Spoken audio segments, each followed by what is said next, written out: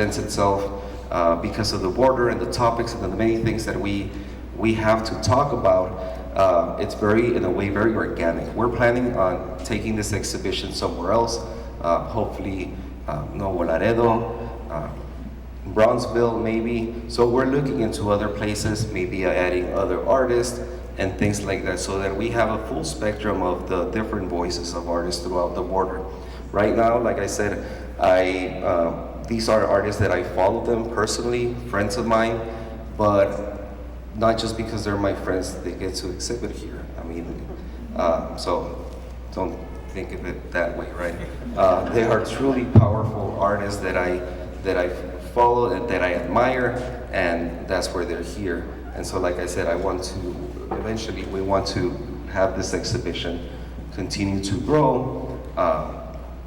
And without further ado, let me just give now the mic to the artists so that they can talk a little bit about where they come from, what they've done, and we get to know who they are. Yes.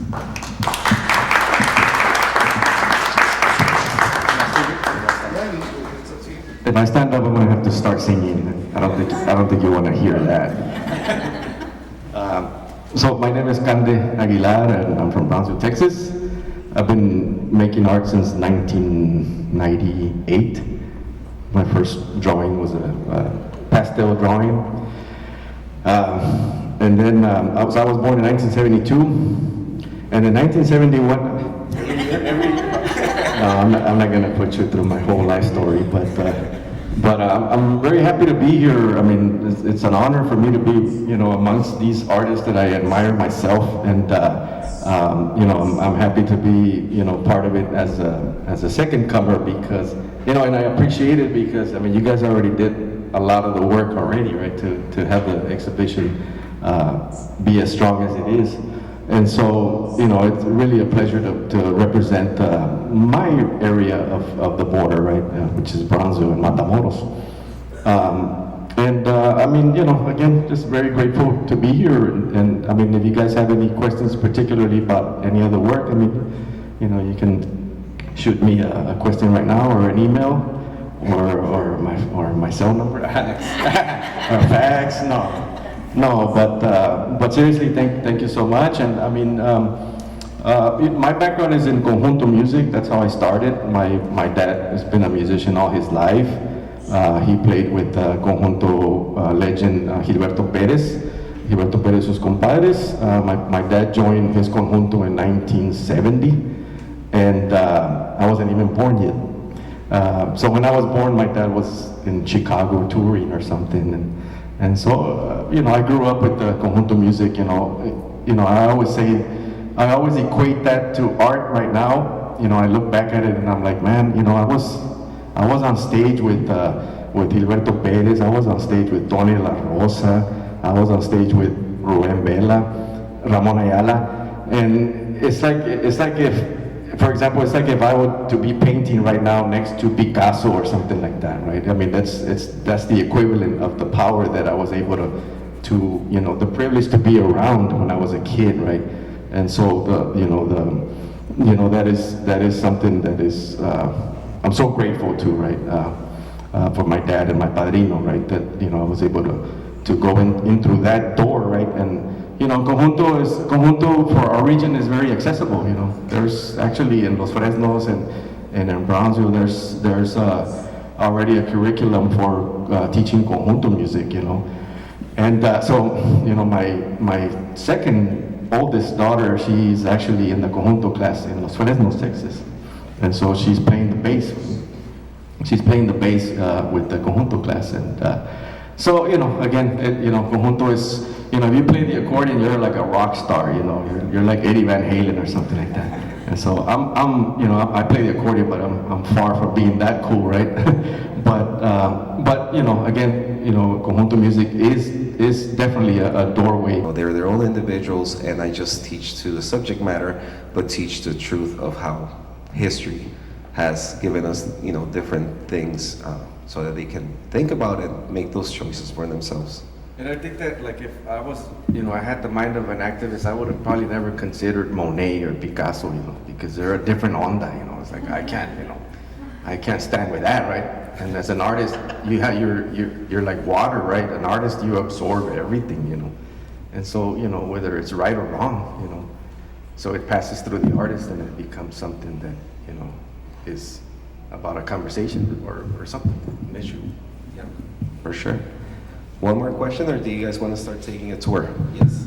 I just wanted to know what's on his socks or buttons. Oh, Oh, the Beatles. Oh, okay. The Yellow Submarine. Okay. I won't show you my legs. The Candila, you know. They never get any sun. anyone, anything else? No? Should we take a little break, maybe go get the pan dulce, and then we'll walk around and maybe each of you can talk about one of your works? And To the arts, ¿verdad? Because it happened to me, right?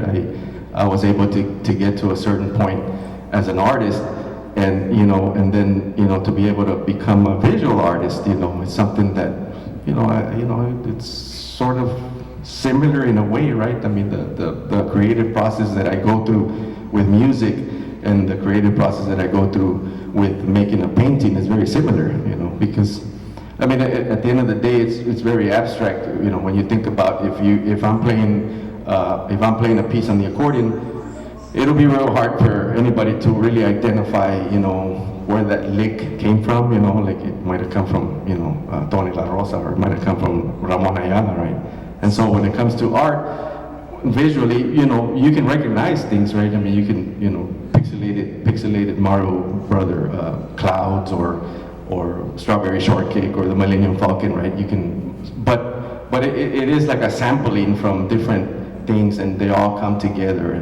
And I believe that that's the process of the artist, right? And so when I'm making an artwork, you know, I'm not like I'm not trying to illustrate anything, right? I'm trying to dig out something, you know, and I'm digging it out from the canvas, but of course it's coming from my subconscious, right?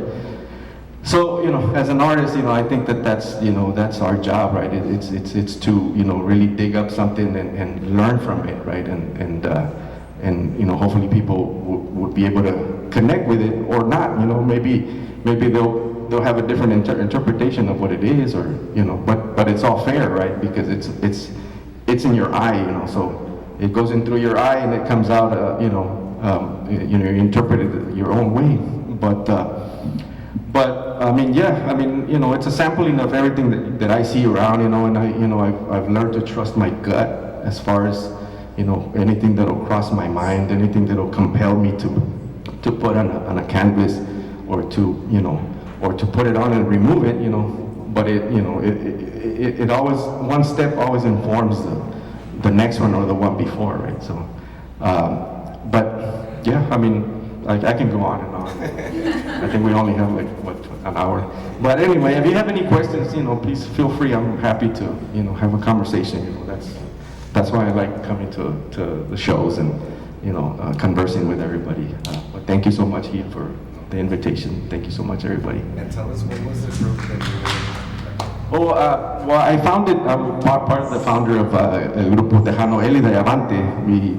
We formed in right out of high school, 1992. And so we recorded our first album in 94. And so we went on for 9 years. And then our lead singer, Elida, she, at the end of those 9 years, she wanted to have her family, so she got pregnant, and then she got pregnant again, and so that was a good time for me to sort of, the whole band, we had to pretty much, go our separate ways, because it was like a time period of 5 years, we weren't able to survive that time, right, as far as a band. And so, I just switched off into, my poor wife, I'm like, so now what, you're gonna be a painter? What the hell, man, you're just getting up there with the music, anyway. So, it's a transition. Last thing you showed me, what was that award that you got? That was a gold album, a gold record, and then a platinum record. We were the first Tejano band to get a gold record with a debut album. So we were the first band to, sell, in Tejano music, it's 50,000 units.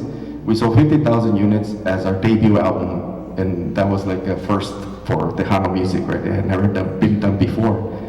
But if you consider the time of the market back then, I mean, Selena was very strong. La Mafia was very strong also. You know, La Mafia was selling like 1 million records or something like that, right before they kind of split up with their management. And so, I mean, you know, that's a whole thing, yeah. I just, you know, I'm just dumbfounded by like, because I went to go visit Cande a few weeks ago, a month ago, to see his work in his studio, and then just casually he's like, I'm like, what is that, like an award? He's like, oh yeah, that's the gold, you know, the gold and the platinum award that we got. And I was like, what? Like, you know, just knowing somebody who has reached that level, and then all of a sudden be like, oh, now, you know, I'm gonna be a painter and artist. Just real quick, Rosie, if they have any questions, can you let us know from the Zoom? Thanks. And so, anyways, we'll get time to spend talking to them, and you know, we'll move around the gallery. So, let me now give the mic to Maritza Bautista.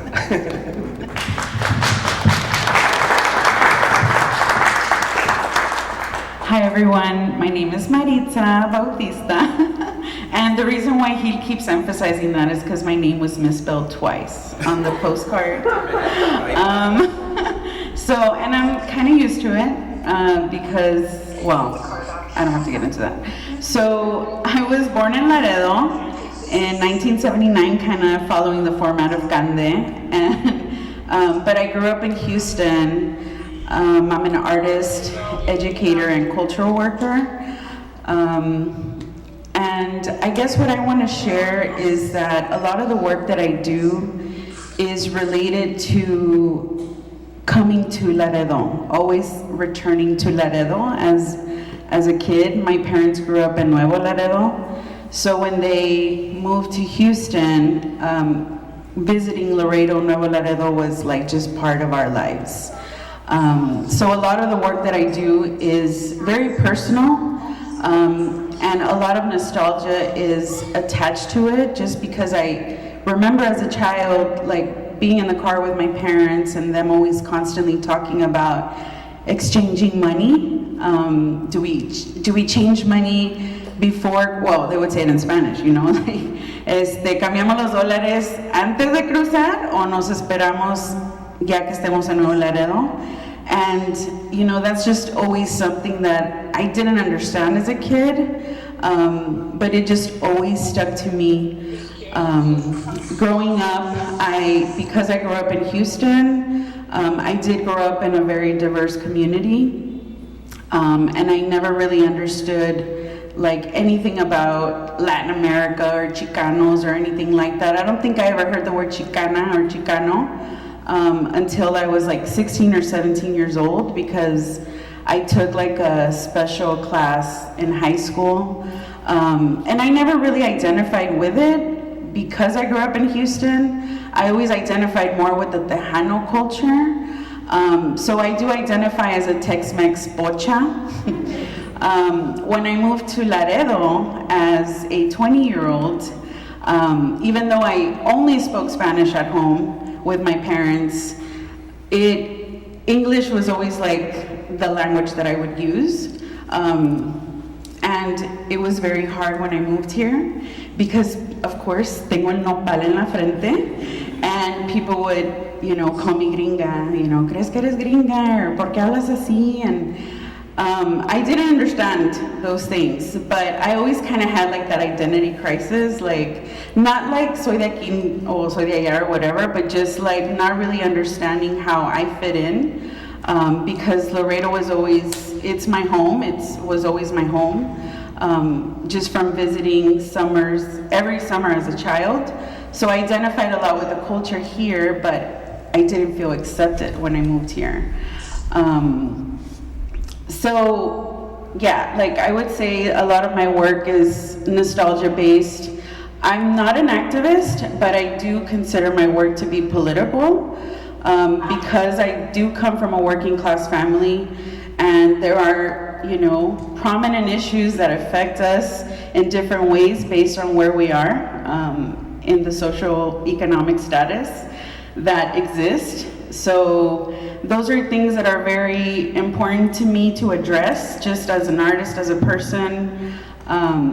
It kind of helps me understand my place in the world and in society. And I think it's important to talk about those things. Class is a real thing. Wealth is a real thing that doesn't belong to everybody. So these are things that really inform my work and my process. So yeah, that's like the big picture for where my work comes from. So that's it. So yeah, I'm also the executive director of Cultivarte Laredo, which is a program under Daphne Art Foundation here in Laredo.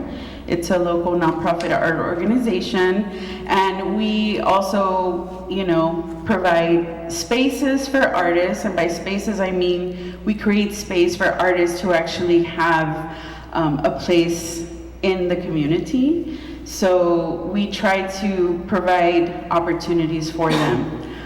So that's the work that I do here locally, and I also write and I make films. I'm also a producer of documentary short films, and yeah, I think that's it.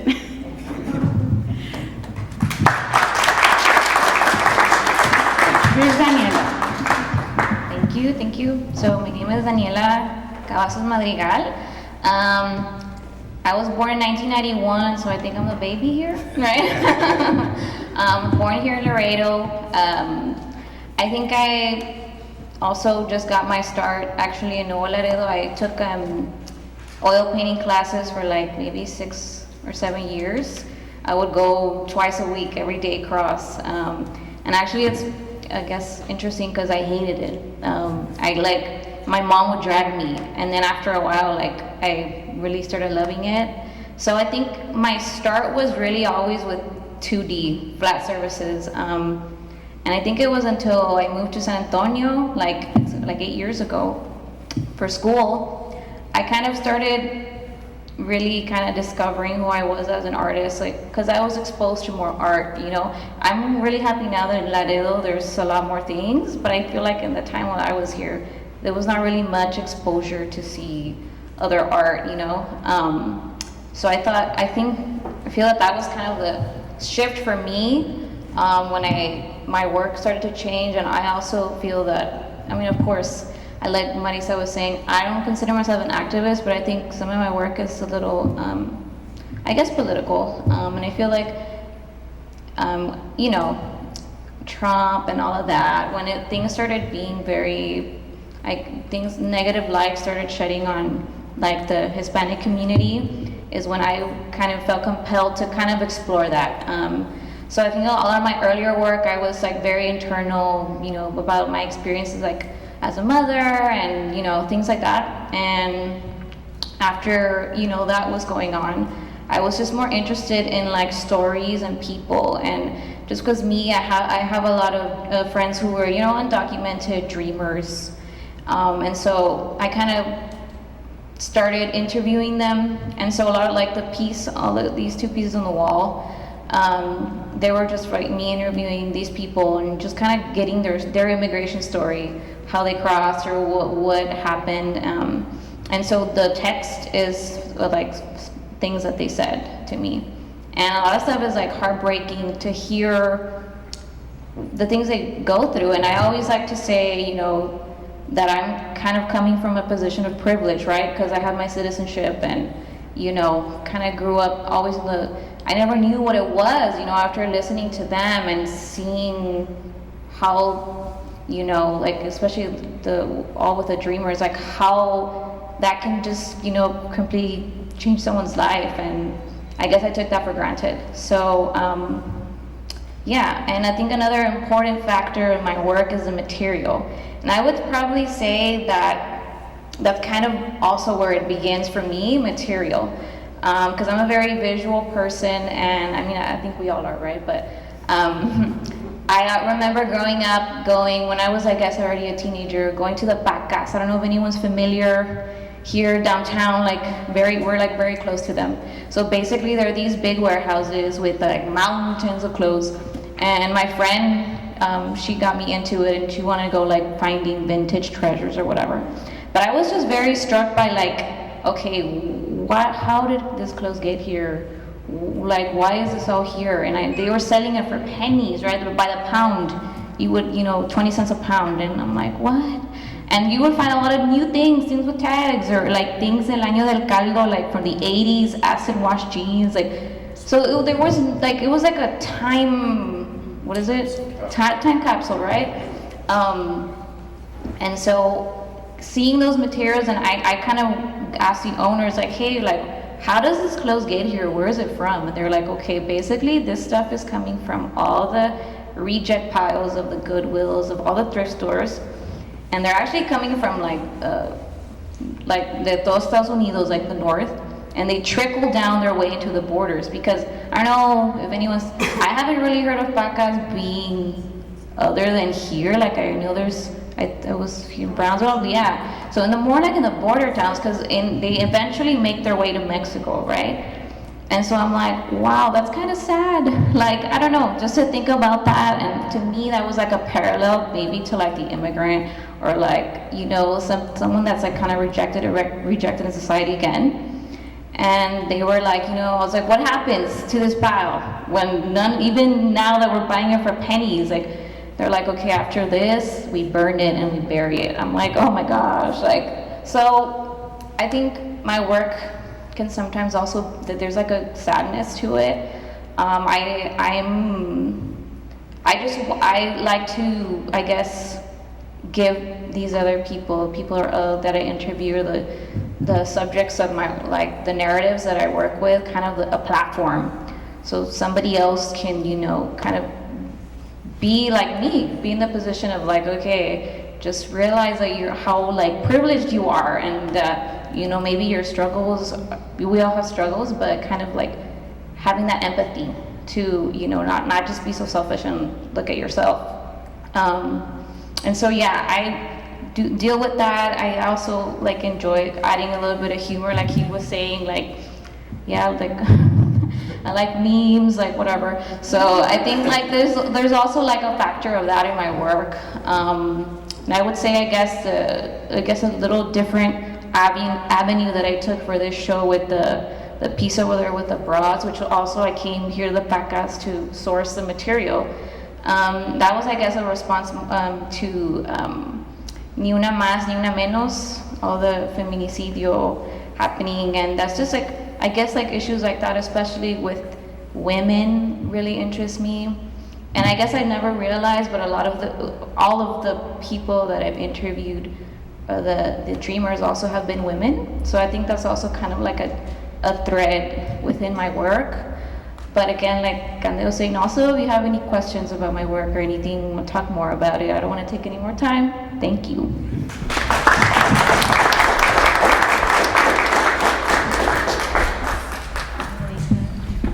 Hello everyone, my name is Juan de Dios Mora, and I was born and raised in Mexico, and my parents brought me here to Laredo, which I consider my first home. In 1998, I was 14 years old, and I went to Christian, then Martin, and then after that to Laredo Community College during that time. Now I think it's just Laredo College, right? And then Tommy U, and then went to San Antonio, 2007. One of the things that really, as an artist, we work together. We're trying to visualize what we see every day, right? We're trying to put either a concept or a disadvantage that somebody else has into something more visual. So my artwork is based on what I see in my community. Laredo, I consider my first home. I remember in 1999, 2000, when Laredo was it was a little bit safe, because then after that, the drug trafficking and all that, so it started to get a little bit too bad. But I used to go ride my bike. My mom was like, "Órale, mijo, just go buy some tomatoes." He used to give me like 50 pesos, and I used to go to Argentina and just buy the groceries and just be like trying to maneuver my bicycle.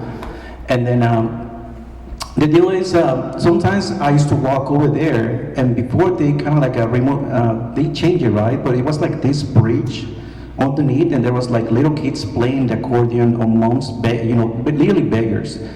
And then I was just 14 or 15 years old, and that really impacted me because we're talking about privileges, you know, just living here in the United States, and that really stayed in my mind. And one thing that I wanted to do is to portray my community. Even though a lot of us probably wouldn't consider an activist, I think a lot of artists, they told me, Juan, you're an activist. Like, no, I stay away from that. I'm not like hardcore an activist, but I think all of us, we want to change. We want to portray something that is bothering us. My artwork is basically, what I do is like this kid, this beggar, I'm trying to portray an artwork. Sometimes giving them the opportunity that they're, something that we want a better future for them. You know, having community, events, having these type of shows. Basically, if somebody comes here and that really sparks certain curiosity for the arts, basically I'm winning. So me portraying the community, I feel like I want to make the community better. I wanted to make them feel that they're represented through me. Because my struggles from 14 years old all the way to now being a professor at UTSA, I want to really help and change a little bit my community. I live in San Antonio, but I still come here to Laredo, and I wanted to really be that person that they have a voice within the educational system. It could be in the arts, and I want to really be that person that can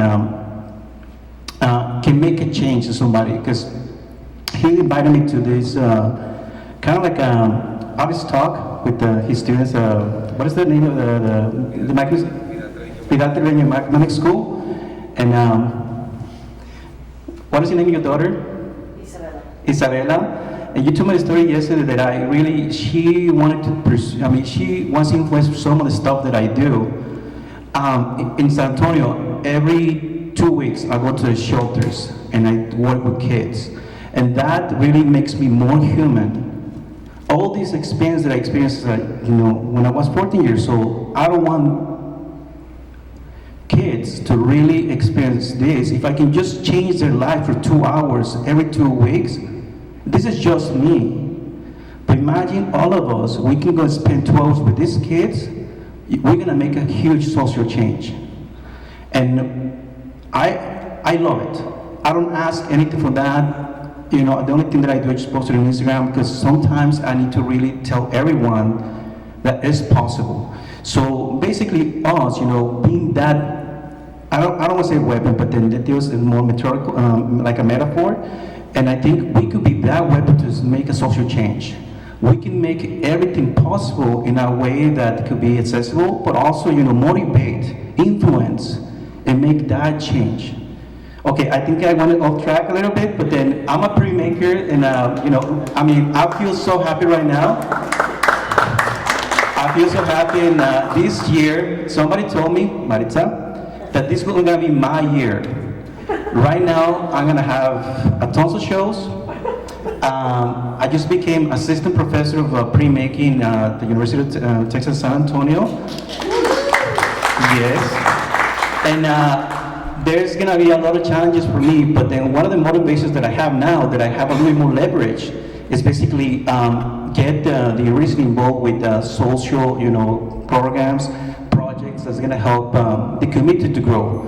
And of course, I wanna get involved with Laredo, and I feel like Laredo is growing so big when it comes to the arts. And right now, because social media is connecting us more, we get the news like that. And it's something that I enjoy. The pandemic helped me. The pandemic, I wasn't a that social media person, but now I'm connected to people in Guadalajara, Peru, Brazil, all these places that makes my job a little bit easier and more convenient. So I like to work with my community, and my work is basically representing them, and my art is the black and white, the prints. And you have questions, absolutely ask me, but then a lot of them is basically talking a little bit about the customization, the struggles to live within the community, or the struggles to live every day, to bring food to the table. And I want to really tell these individuals that they thank you so much, because what they do basically makes our jobs, our life easier, but also makes it keeps the culture alive, the ethnicity alive. So it's something that I want to represent in my prints. All right, enough of me. So you have questions, let me know. So I'm gonna pass the mic to Angel, okay?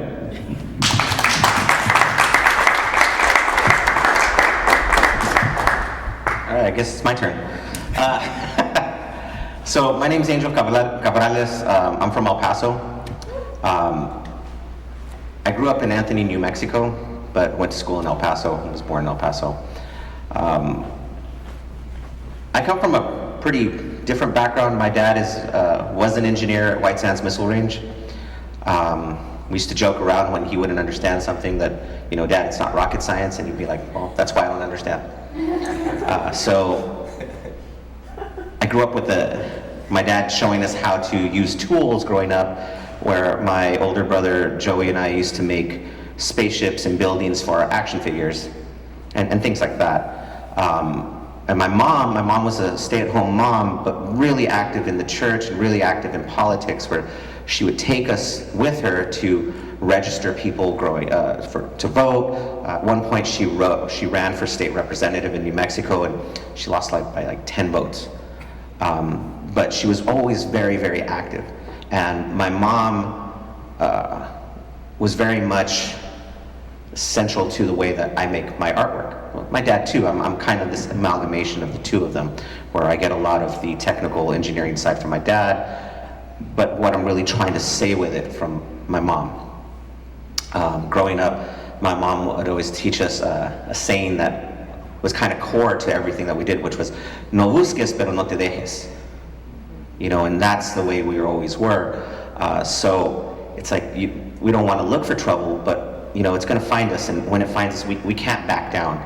And so, as an artist, originally when I started in undergrad, it was always very introspective, pretty much trying to find out who I was. But as I was making artwork and I'm creating these alternate realities of these worlds in my artwork, I started realizing the world that I'm living in itself is making such an impact on myself, on my community, on people around me, that I have to use it to say something and create dialogue, because I really think I think the sole purpose of artwork is create dialogue. And I think a big important part is to talk about things that normally people don't want to talk about. They want to avoid it. So I wanted to use my artwork to draw a person in and really start talking about things they don't want to. And that's why I use things that will grab you nostalgically, or things you can identify with, or it's playful, and I want to pull you in. And then from there, it's like, oh, hey, let's talk about border issues, or did you know you're losing these civil rights? Things like that. It's like big old switcheroo, right? So I think that's a really important thing, and I really attribute that to my parents. Like I said, I grew up in Anthony, New Mexico. We grew up on this 3-acre plot of land, and we were the only house on the street. And across from us was one year would be jalapenos, the next would be onions or alfalfa or whatever. And my mom she was like, you're gonna learn to, appreciate what you have. So at one point she woke up my brothers and I, and we had to go pick onions with the field workers. And I gotta say, that was the most grueling work I've ever done at 10 years old. I was like, okay, I never want to do this. But she was telling me, she's like, but this is the work they're doing, and you have to appreciate what they do it for, and why you're getting this. And we would help people, migrants that would come over. We had a little cuartito that my dad and my mom set up, and it had a little refrigerator and a little TV and a bed. And when they would come through, my parents would let them stay for a week, give them some work, and then pack some burritos for them, and they would move on. And my mom would invite them to dinner, and we would learn their story. So it was always about, learning that, it's not just them coming over and wanting to take jobs, right? They have a life. They're trying to provide for their family, and everything that they're doing is to better themselves and their family.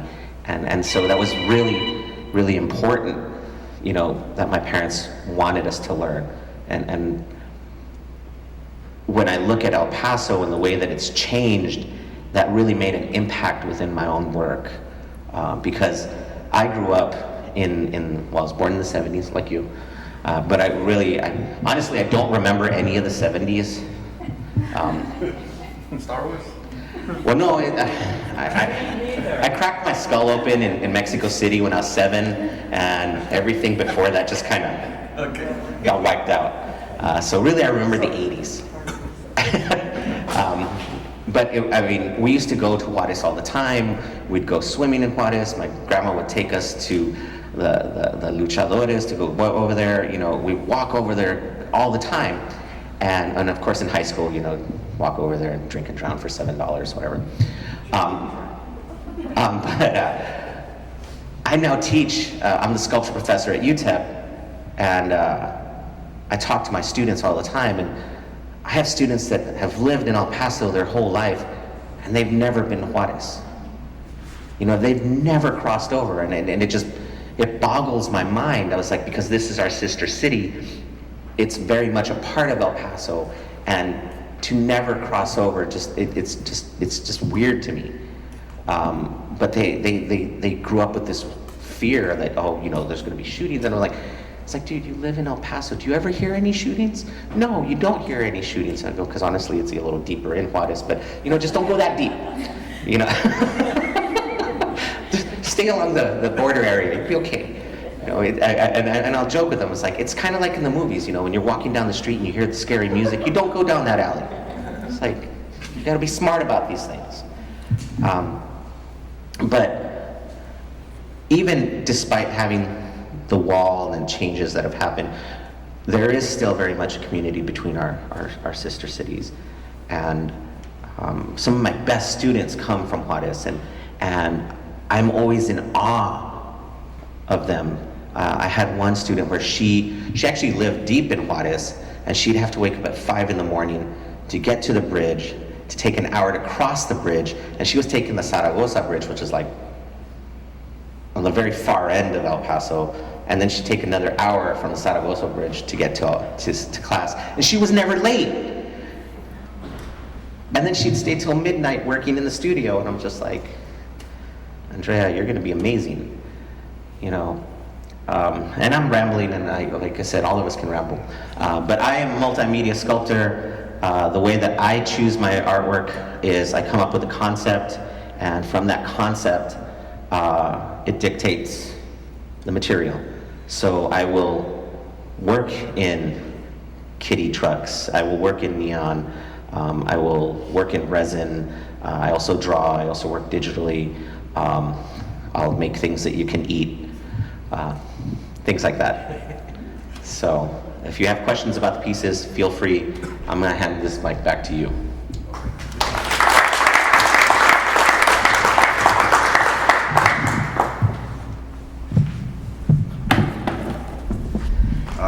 Well, I guess I'm just going to touch on a few things of growing up. I mean, like Daniela said, like feeling privileged to get an education, to be able to wake up, you know, in a safe environment and have the things that we've had, you know, knowing that our parents or our grandparents, you know, it hasn't been easy for them. And now having, I mean, because being an artist, you have to have certain things that you don't worry about. Stability in life, you know, in order, like, you don't have to make stuff to sell. And so we're at the point where we can definitely express ourselves, even if the work doesn't sell. We have our jobs and we have these other things that we do to survive. But just being in this position, I think, I feel that we have a sense of responsibility to express what our parents, great parents have been through, and to make it easier for the next generation. Working here at the center, I've been here, you know, I've seen the center transform in many ways, and I'm just so glad that we have the opportunity to be sitting here with this great show, because I remember when I was growing up in high school, I mean, like Daniela said, there weren't that many opportunities to see work, and I would go to the bank, like I've told Melissa, I would go to the bank to go see the prints.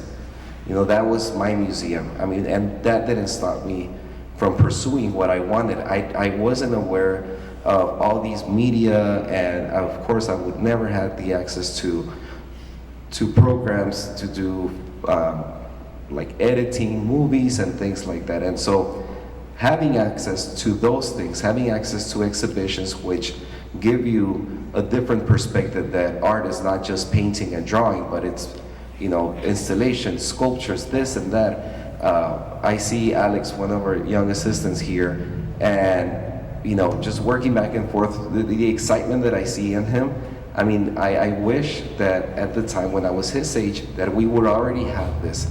But now I feel a sense of responsibility of bringing a group of artists like ourselves so that we can, you know, can you imagine how it's hopefully everything continues smoothly, but in the next 25 years, Laredo hasn't been that big in impacting the art world. But who knows, you know, things change very quickly, and now with the lens that we're getting, the spotlight, even with the Chich Marin Museum, or the center now, Museo del Barrio in New York, all these things are starting to highlight. I mean, we have voices, we have things to express, and it's just now, you know, we're getting that. And so, I don't know, I'll just pass the mic to any of you who would like to add on to that. How do you think the, I don't know, Latinx, Mexican American art is going to develop in the future? I think it's like a piece of the puzzle that is just kind of, you know, missing, and it just goes there, right? The piece of the puzzle of the border, right, for contemporary art, we're kind of like in the act of placing it, right, and making it, como te digo, solid, ¿verdad? It's a solid placement, man. You know, everybody here, I feel like, you know, I have 1, 2, 3, 4, 5 fingers in my hand right here. You know, these guys are tapping into things that I thought about, and then each one of them individually is actually creating, you know, things that, you know, that are very related to us here on the border, right? And so, you know, and it's not only raza, painters or artists, you know, there are some, you know, African American and some Anglo artists that are from the border also, right, that will actually eventually, you know, be featured, you know, in shows and stuff like that. It's not only raza mexicana or Mexican Americans.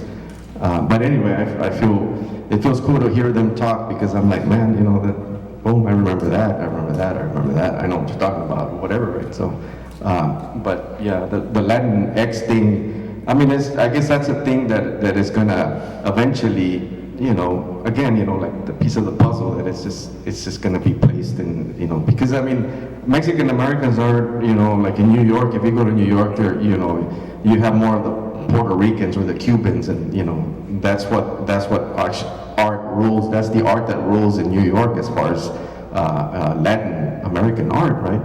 And so I think that eventually we can, you know, break through there. You know, I was fortunate enough to have a show over there, and it was well attended, and it was collected by, you know, some of the collectors from the New York area, which is amazing, because they're not Mexican Americans, you know, they're Jewish people or whatever, Anglo people from different backgrounds, right? And so I think that, you know, it's just a matter of time where it just kind of falls in place, right? And it's because we have that privilege, right? That, you know, our parents, you know, I mean, I remember my dad telling me that they lived under cardboard boxes when they were kids, you know? And so my grandmother's 100 years old right now. And so, you know, my grandfather was a violin player, so, and then his father was like a chef or something like that. So the creativity, you know, in the family, you know, is budding. You know, I feel like I want to take that credit, and that it's you know, it's like a rose that is budding, you know, and that is actually, you know, giving, you know, art life and contribution. And so you know, it definitely, you know, very grateful to, you know, our families. I know that, you know, everybody feels that way, of course, you know, and we're in the big, I mean, you know, that we have Cesar Martinez, we have, you know, all these other artists that have come before us, but it seems like now there's younger artists and and more contemporary ideas, and you know, it's again, it's kind of fusing. It's like this piece of puzzle. I keep repeating that, but it's that piece of puzzle that is coming together, and we're that, you know, right now, and you know, now I see a lot of the younger artists also that, man, it's like, wow, these kids are talented, man. I mean, they're, you know, they can, you know, they can really, you know, hold their own, you know, and so it's just something that's going to continue, and it's already going in the right direction. And you know, with the Laredo Cultural Arts Center here, you know, I'm very proud and very happy to be exhibiting here, because, you know, as I was telling Melissa and Pedro, that the continuity and the quality of the shows that you all are having, you know, it feels cool, it feels good to be able to be part of that, right? Because, I mean, you know, you all are having good shows, one right after another, and if you keep that momentum up, you know, it's a no-brainer for everybody to pay attention to what's going on here, right? And so, you know, it's just a matter of time where, you know, you all are going to be in the New York Times, or, you know, the LA Times or whatever, right? And some attention, right, from the art world, right? And you know, and everybody's welcome, you know, like you said in your curatorial statement. You know, I loved it, because, you know, you made it to where this is what's going on here, but you were very gentle in saying what you said, right? And very welcoming to everybody to come in and have that dialogue with us, to talk about the art, and to talk about what everybody is talking about in their work, right? And it's a very powerful show, you know, and it is a weapon of hope, you know, it really is, yeah. Thank you. I want to add, just thinking about, you know I grew up in Houston, but I've lived in Laredo the majority of my life. And thinking of the privilege that I do have, and just thinking of like young people today and how they are very talented, and, you know, just having access to technology and social media is like a whole different thing, because I was also born in the 70s, so I didn't grow up with the internet, you know. It's and you know, the reality is like that my parents come from Mexico. They, you know, we wouldn't discuss a lot of issues at home, you know, like very repressed, very like, you know, a lot of things you just do not bring out to, you know, in the open. So to be able to provide a space like this with these really deep issues like that affect us all, you know, even if it's not affecting us personally, like it's probably affecting somebody that you know, like just giving people the opportunity, like Angel said, like art has a power to create that dialogue. The fact that we're bringing this type of art, or we're giving the community access to art like this, is extremely powerful, because we, you know, we are from the border, and like thinking not just like Mexican Americans, or, you know, however people identify Latinx, we are very underrepresented as border people, because it's such a unique culture, that, you know, you never know, like really, like, who am I? Like I was talking about earlier, like that identity crisis that you don't always understand. So there's so much power in just bringing art, bringing a space where you can talk about art, to make it accessible, because it doesn't exist. And I feel like this is, if we're already doing it now, I feel like that's the only direction we can go in. You know, we have to keep moving forward, and we have to keep creating opportunities, because these are things that we always have to bring to the forefront, so people can feel like they can talk about these things and express themselves however, you know, they need to be able to heal, or, you know, however you want to, you know, say that. Because I do find a lot of healing in this, especially because I didn't have the opportunity to be so open about a lot of these things that are happening. Even today, you know, like I can't really just have these conversations like with my mom, because she doesn't like want to talk about it a lot of times, you know? And of course, she was born in 1950, so she comes from a different generation. So I respect and honor that, but I also like kind of, you know, want her to know like this is a new world and we can only move forward and we can only create more spaces to talk about these issues because they're so powerful, whatever it is. So I just wanted to say that I think that I see a very bright future for, you know, the network of artists that exist along the border. And I think it can only keep growing. So I'm very excited that we're a part of that conversation and that we're creating that, we're opening the door for other people to join that conversation. So I'm excited and it's truly an honor to share the space with you all, so. Thank you, Melissa. Okay, I'm gonna open now, if you guys have any questions, so you can ask your questions, and also I would like to maybe do like an art tour, like a gallery tour, and you guys maybe talk a little bit about one work so that, yeah, we get to know more of your work. But before I forget, let me just announce that a few of the things that we have in line for this month. We have Thursday, July 7th, Carlos Flores. We're working, you know, to have different projects, and we're planning on featuring a short film which is titled The Southern Front. Thursday, July 7th at 7:30. It starts, and the showing is going to be at 8:15. So next Thursday, yes. Yeah, that's the guy. So I'm about to invite him over so that he can talk a little bit about what's going on this week. So Carlos, if you can do us the honor. It works out perfect because I wanted to ask a question. So can I throw out my questions so you all can think about it and see who wants to answer? I came to see the show yesterday. So engaging, so moving, powerful. You know, after we were talking about it for hours afterwards, you know, the different pieces and what they meant to us and how they made us feel. So my question to you guys, which, you know, hopefully you guys want to answer it, is when you say the statement, the border is a weapon, what does that mean to you? And how does your art piece that you've put here, or the piece that you put here, speak to that idea? I really would love to hear what you all have to say about that. So if you can just give me a second. Hi. So I am an attorney, and I'm one of the organizers that fought the border wall fight here in Laredo with people like Rocky and so many other people that are here. And I guess just out of necessity, you know, I felt that the story of what we were doing needed to be documented.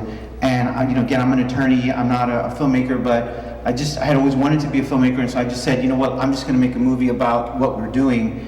And so the film that we're going to be showing here on Thursday night is titled The Southern Front, and it has shown and been selected by 5 different film festivals so far. One of them is Cine Festival in San Antonio, so it's going to be showing on Sunday, July 10th in San Antonio at the Guadalupe Cultural Center. And it also won a 3rd place prize in the World Fest Film Festival in Houston, which is one of the largest independent film festivals in the country. So that's actually a pretty prestigious thing for us, not being filmmakers and just doing this out of necessity. But I think the reason that the movie has done well is precisely not because we're good filmmakers, but because the story is so compelling. And I think it goes to this idea of the border as a weapon, and our community, you know, for I don't know, hundreds of years probably, immigrants coming from Mexico and Latin America, you know, came to the border and had a struggle. But for most people that lived at the border, in my experience, it didn't really resonate with them because that wasn't their story. But when the federal government decided to come here and build a border wall in Laredo, Texas, it immediately became our story. And so this film tracks that response. So anyway, thank you.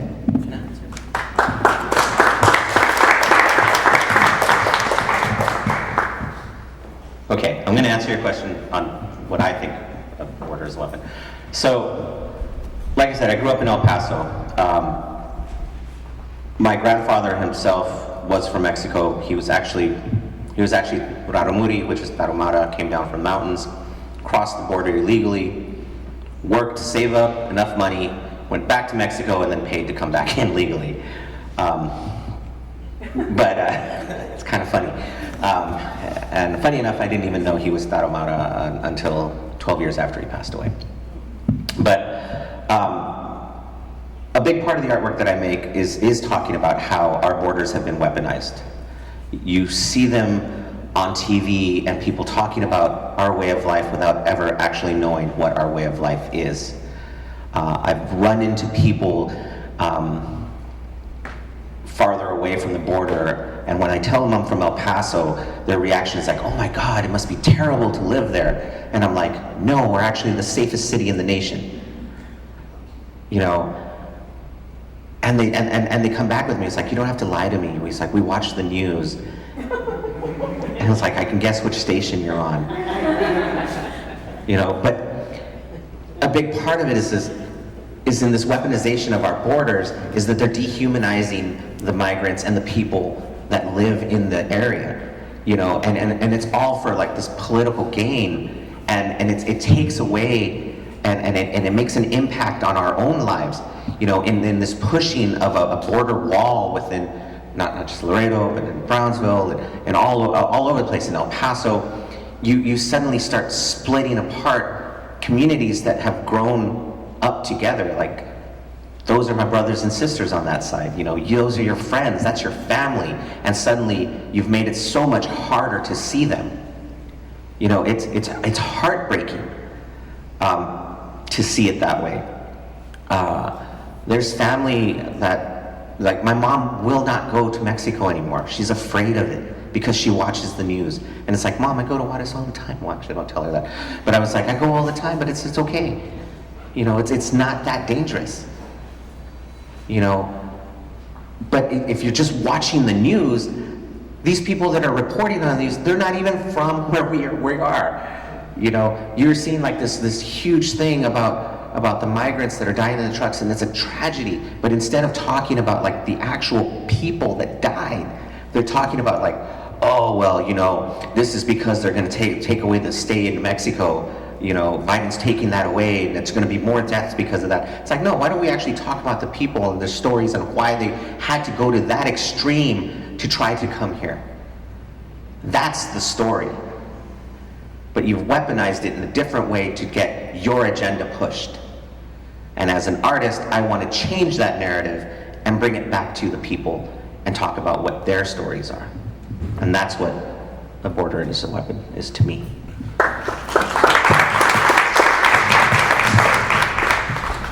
So, to me, and I just had this conversation earlier today, I don't know if you guys have ever seen that "Come and Take It," the sign, right?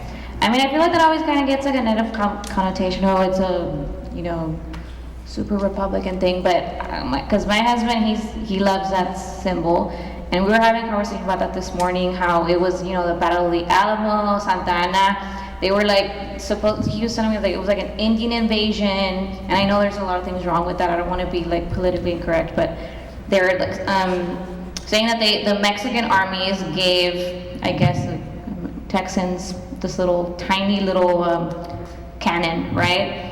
And of course we know at this time the Mexican army was one of the most powerful in the world, you know? And the Texans, or I don't know what to call them, because they were technically the Mexicans, right? But yeah, they were fighting with this cannon. They were winning a lot of battles. So at one point, I think, I don't know, Santa Ana or who, they're like, okay, give us our cannon back, because they kind of gave it to them as a joke. And now they're like, you know, come and take it. And I feel that's kind of, I guess, a parallel to this. I feel like our job as artists, because we're not just an artist, like we're also like people in society, that our job is to kind of push back against these walls, you know, literal or mental or real or whatever. With our work, I feel like all of the artists here, that we're all questioning something, we're all pushing against something. And I think that's like what I feel. It's like, all right, you don't want to come and put a wall here, well, come and take it, or come and put it. I don't know, like, we're gonna push back against this, and we're going to, you know, have our voices heard. So I think they should be afraid. I feel like with this kind of work, because it's like our voice is like our weapon. So that's how I feel about that.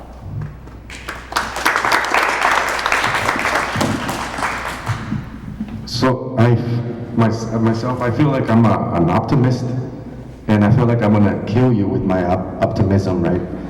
And so you know, a big concern of mine in my work, and I mean, it goes back to the idea of beauty and art and all this stuff. So, you know, in short, I think that, you know, like I have, for example, I have a painting that I made back in 2008. I think it was when, you know, when all the problems were starting with the cartels and all the danger that was arising from the border. And I titled the painting Land of Peace because I was in denial, you know, I wanted to deny that, you know, and, you know, the fact that, you know, the valley and all the border, you know, and I always thought this is a great place, right? This is a beautiful place. So this painting is Land of Peace because, you know, it's you know, I'm denying, you know, I'm denying that, and I'm optimistic about the future. And so I feel like that's what carries my work, right? You know, I try to stay in a positive way and show the beauty of what we have, other than concentrating on the negativity, right? And so, you know, that's just what I'm, you know, when I think about that question, right? And so my weapon is my optimism, right? And my I'm gonna destroy you with it. So don't cross my optimism.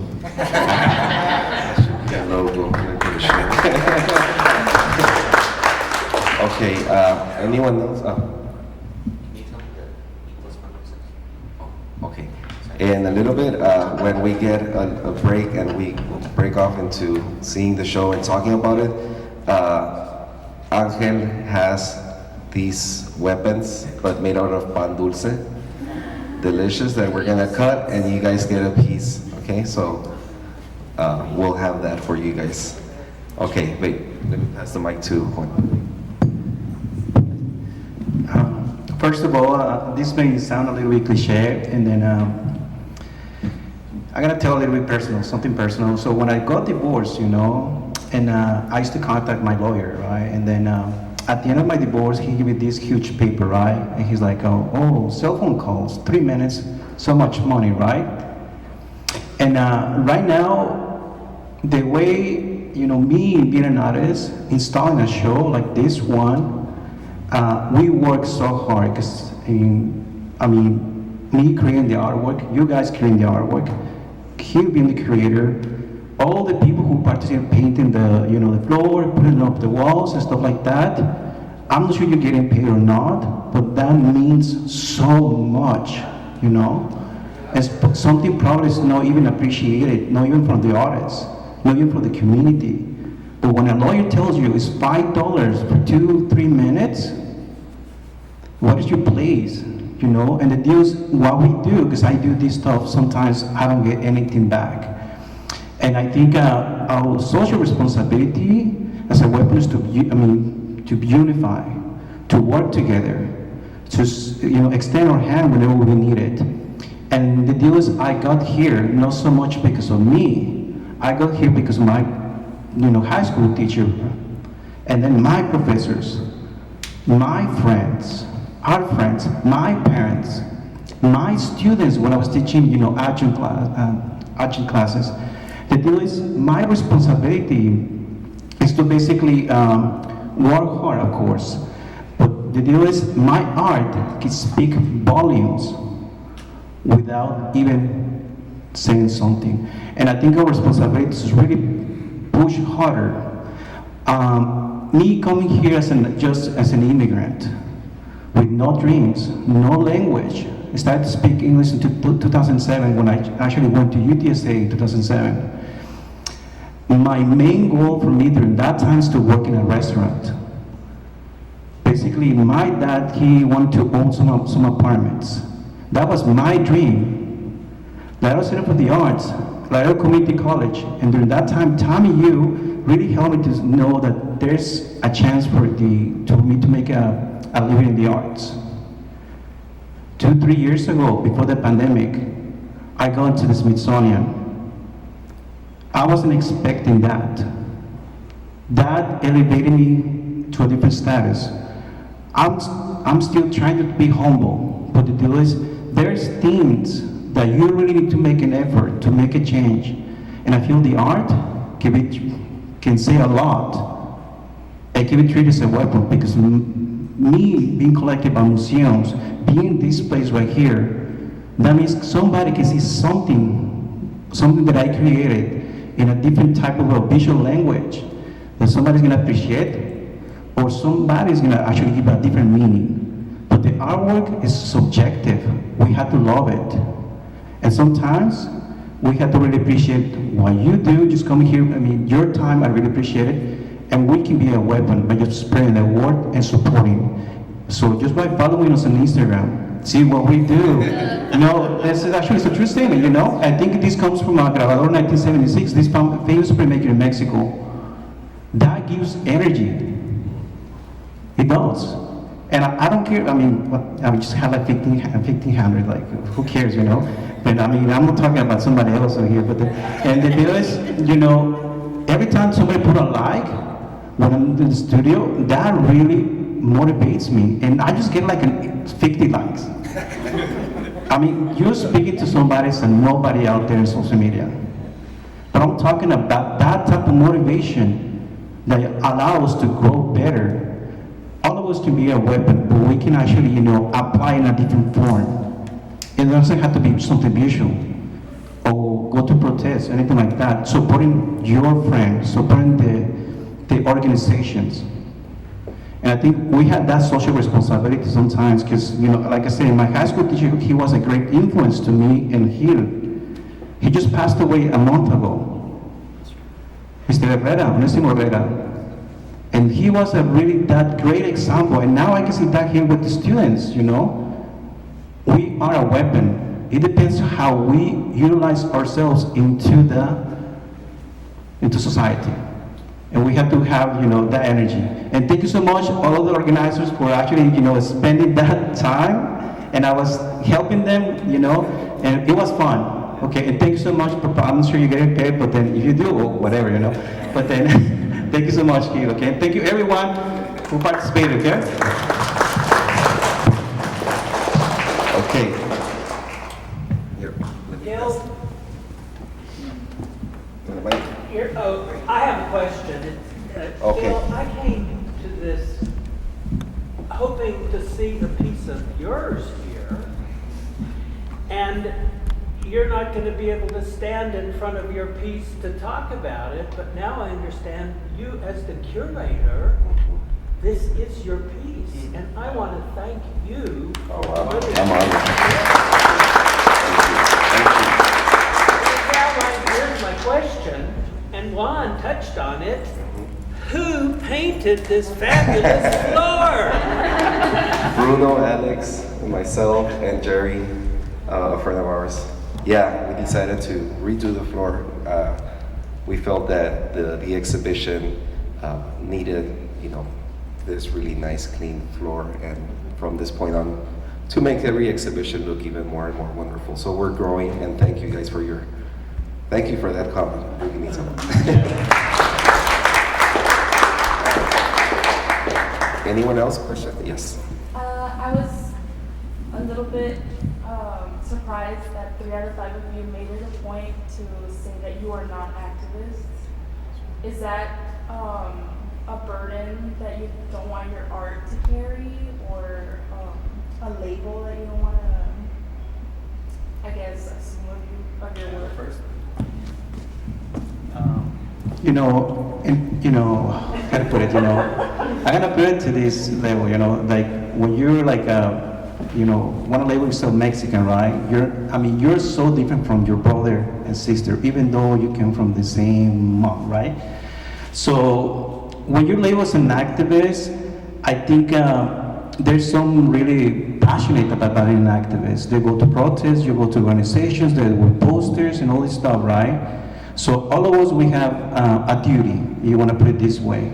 Some of us, we have other things that we need to be careful of. For me, for example, working in an institution, I have to watch what I do sometimes, because then I'm gonna lose some help that this help, and I can utilize it, for example, materials for the, the shelters of the kids. So I need to watch several things. And also, you have to identify with yourself that, that's the right path you want to take. That doesn't mean you're wrong and I'm right or anything like that. At this point, activist form is by going to social media, posting a post, what happened in Uvalde, and all these things, there's different types of activism. And there was, my artwork, I never saw as an activist form until I have a different conversation with other artists. But there was some of these, you representing your community, you're helping them a little bit or showing them that they mean something to us. And some of the prints that I have here, you're gonna see them pedestals. And I try to elevate it to a different level because I want to tell them thank you. Because of them, I'm creating art pieces. And after that, it comes the cons and all the things that I wanted to show, So activists, it can be confusing sometimes, but you can actually be this much or this much. But the deal is how far you want to get there, But then I think all of us, we can have an activist form. You could be a little bit quiet or you can be loud, but it depends how you want to take it.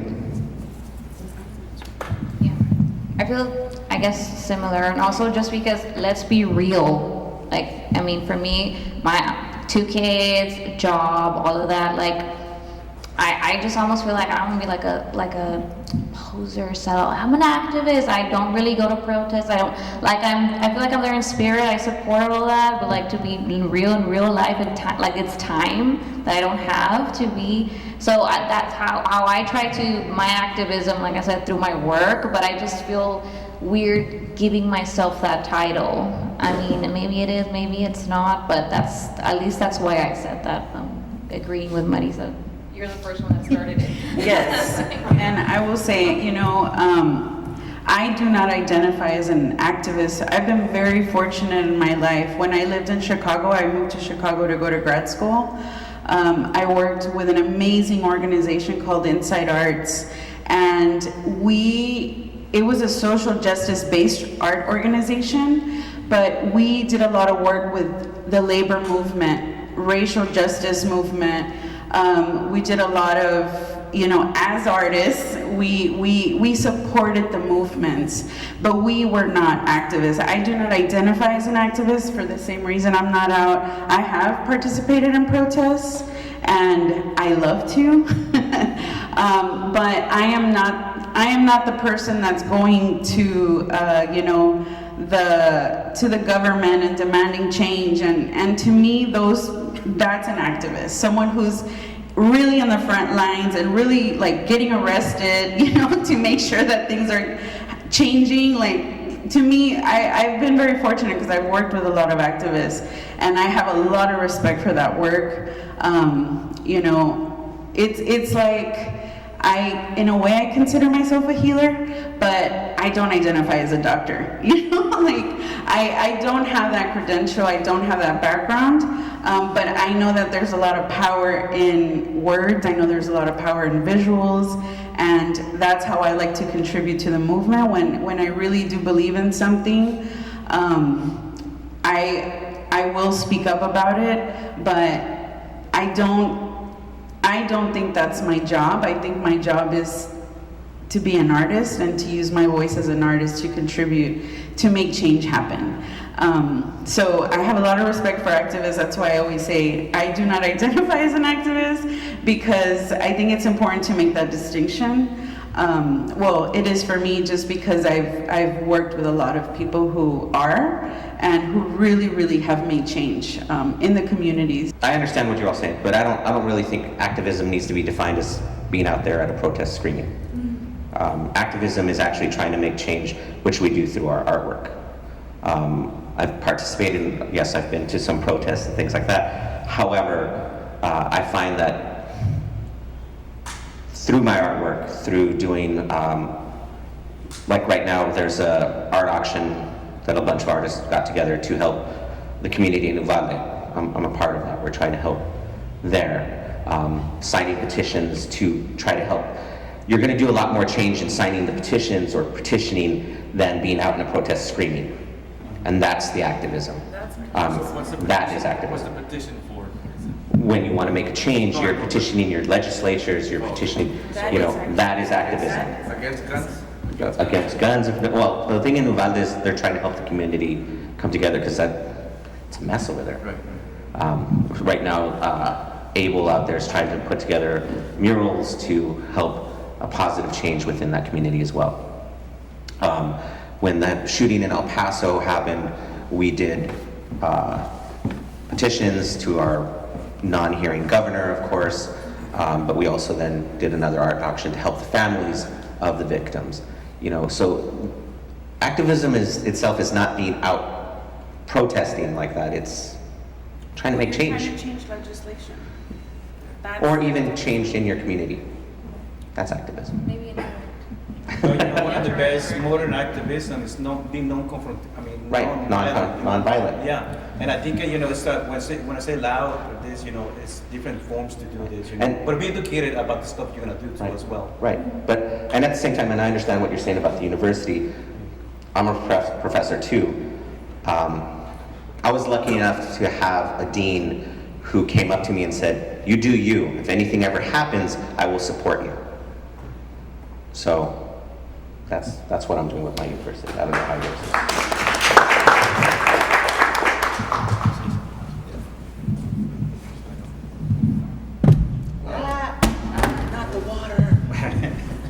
So, and I don't feel like I'm like activist because I'm not courageous. I'm not a courageous person. You know, it's like the distinction between a photographer.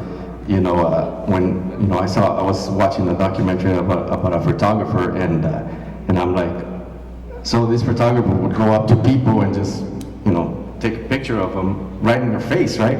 And these were people that were fighting, maybe a war or something. And so I thought, man, those photographers are very courageous, man. They'll get on top of a mountain to get the best shot. They'll get on top of a building and stuff.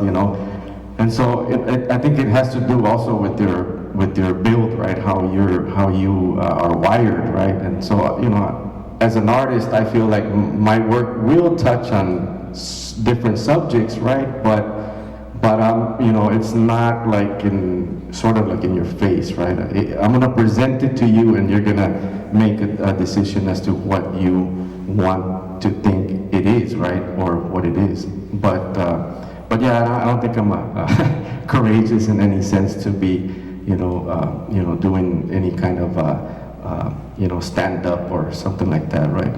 But I agree with Angel that you can do it in different ways, but it's just very hard for me to concentrate on one thing and then concentrate on another thing. It's real hard, I just started playing music again, and so that is very, difficult in a sense, because you focus on your artwork and everything is going in there, right? And so then with music, well, it's sort of similar, right?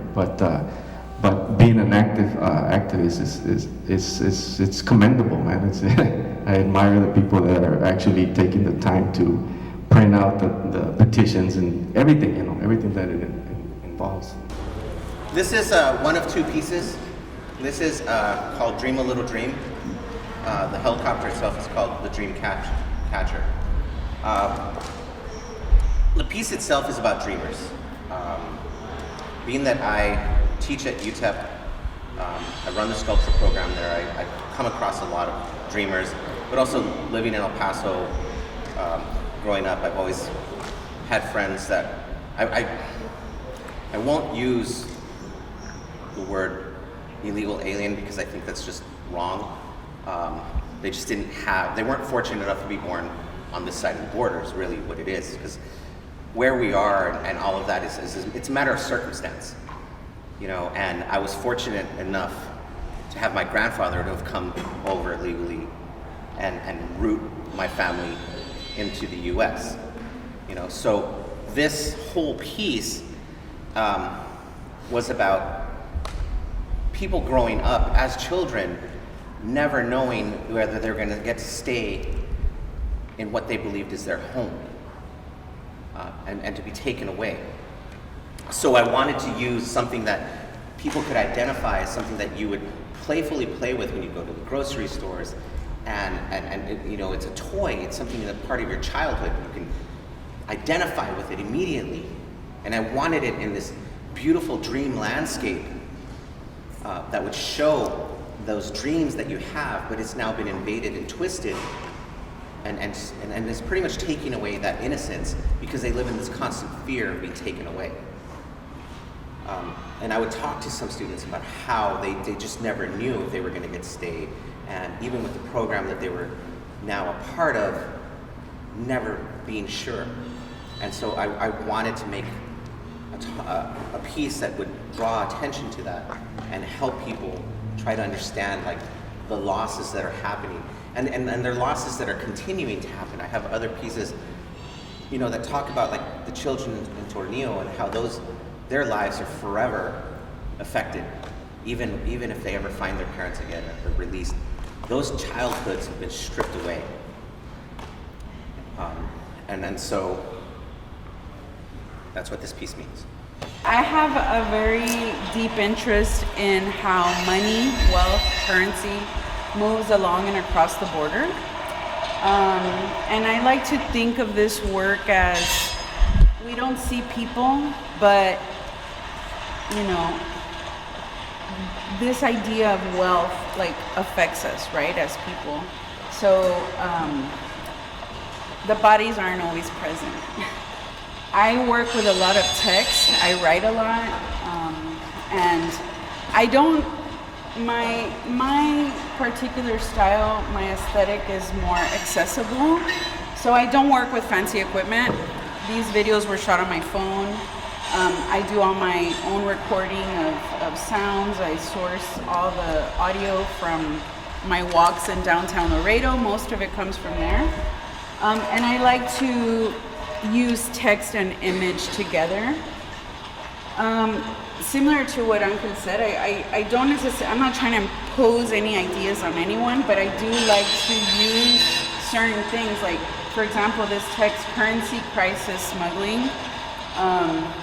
You know, I'm talking about these issues. I'm talking about like the movement of, you know, transportation of goods, transportation of people, transportation of like all these things that are happening and moving, particularly here in Laredo, because it's a major port of entry in the U.S., and how that creates crisis within the community.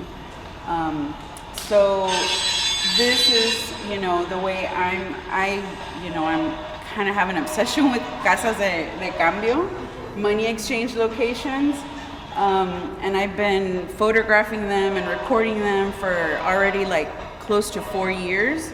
And just always just thinking of how like they are functioning in Laredo particularly. There's so many of them. Like if you just take a walk in downtown Laredo, like you see a casa de cambio like in almost every block. But then you see how the state of downtown Laredo is. Most of the storefronts are closed. So where is this money coming from? You know, how are these places being maintained? So there is a lot of like under the water stuff that I'm addressing here.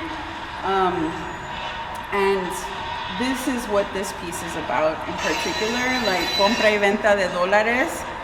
The dollar is a very powerful currency. Again, I'm not an expert on the economy. This is just my interpretation as an artist, and what I've been thinking about deeply for the past few years, and just how economy affects people. So this is what this piece is about. I don't know if anybody has a question. Is there a parallel financial structure on the other side? On the other side of the border? Yeah. I mean, again, I'm not an expert in the economy, but yes, I do think that all of this is interconnected and Casa de cambio, so that you could make that piece. This is the Laredo and that's. Oh yes, I actually do have an ongoing series of Nuevo Laredo Casas de Cambio, but I haven't made anything with them yet. Just because I feel like it's more of a personal thing for Nuevo Laredo. You know, I do cross the border. I do go across a lot, but I'm more interested in how things function in the U.S. right now, or at least that's how I'm processing the work. But it's definitely there. Like, it's something that I've been looking at and thinking about, and how the dollar affects the economy on both sides of the border. Do you have a research process? Are you talking to people at Casa de Cambios? Are you talking to economists? Or like, what's your own process for figuring it out? Yeah, no, I do not speak to any like experts. I read a lot, so I do research, but it's mainly based on what's been happening in the U.S. since NAFTA happened. In 1994, when NAFTA happened, like, everything changed. So that's something that deeply informs my work.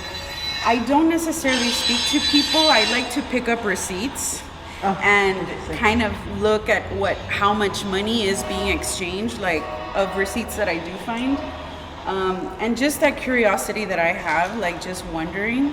But I don't like to interfere. If I'm not gonna build a deep relationship with somebody, I normally don't talk to them.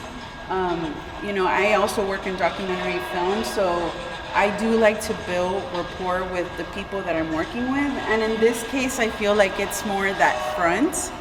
The front of the Casa de Cambio, I mean, as I perceive it to be. So I'm not really talking to the people. I'm just kind of absorbing what I'm seeing and kind of interpreting that through the words that I write and the text that I put together. And just like thinking of the train, thinking of transportation in general, like what is bringing the goods back and forth, the train, the airplanes, what's happening in the water. Like, these are things that deeply inform like what I'm thinking about. So definitely, like, I would say a lot of this is personal introspection, where that's coming from. The things I carried was actually my title piece for a solo show I had at Blue Star for residency there, like 2017, a long time ago. So this one was, I interviewed, her name is Victoria, and I met her through a mutual friend, and I got her immigration story. And usually how I begin, I think I didn't talk about this up there, but something that also is something I'm interested in is language and the loss of translation and just being a bilingual speaker, how things are, how we all kind of are understanding things like bilingual. We read text. So typically when I interview these people, I ask them to write their story. I mean, and I'm like, you can use in whatever language, because a lot of the dreamers that I'm interviewing are bilingual. So she wrote her story in English, and I was like, tell me as little or as much as you want. And so her story was when she was 11, and I think she was in the Matamoros border. Her and her mom decided to cross, and she said at the beginning of their journey, like they were going with a pollero, right? There was a point where her mom, she broke her ankle, and like I think she said, I don't know if it was for the reindeer that day, like she was kind of limping through this journey that they were taking, but she got to a point where her mom couldn't keep going, and she was like, okay, she was kind of at a crossroads. Are you gonna keep doing this journey by yourself?